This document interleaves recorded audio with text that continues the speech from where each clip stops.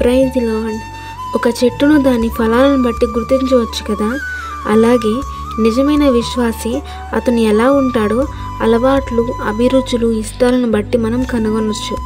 అబ్రహామును చూసినట్లయితే అబ్రహాము అపవాది సంబంధి అయినది ఏది తన గుడారంలో ప్రవేశించకుండా తనను తాను తన కుటుంబాన్ని కాచుకుంటూ గుడారపు ద్వారం యొద్ద కూర్చున్నప్పుడు దేవునిచే దర్శించబడ్డాడు.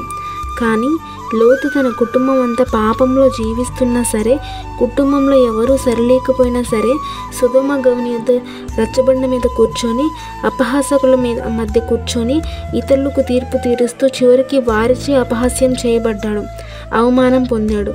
దేవుని ఉగ్రతను చూశాడు కదా. నువ్వు ఎక్కడెక్కడ కూర్చోడానికి ఇష్టపడుతున్నావు? టీవీల దగ్గర, సెల్ ఫోన్ దగ్గర, సోది ముచ్చట్లు చెప్పుకునే వాళ్ళ దగ్గర, లేదా దేవుని సన్నిధిలో కూర్చోడానికి ఇష్టపడుతున్నావా?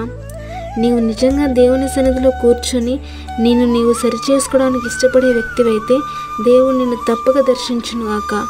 ఆమేన్.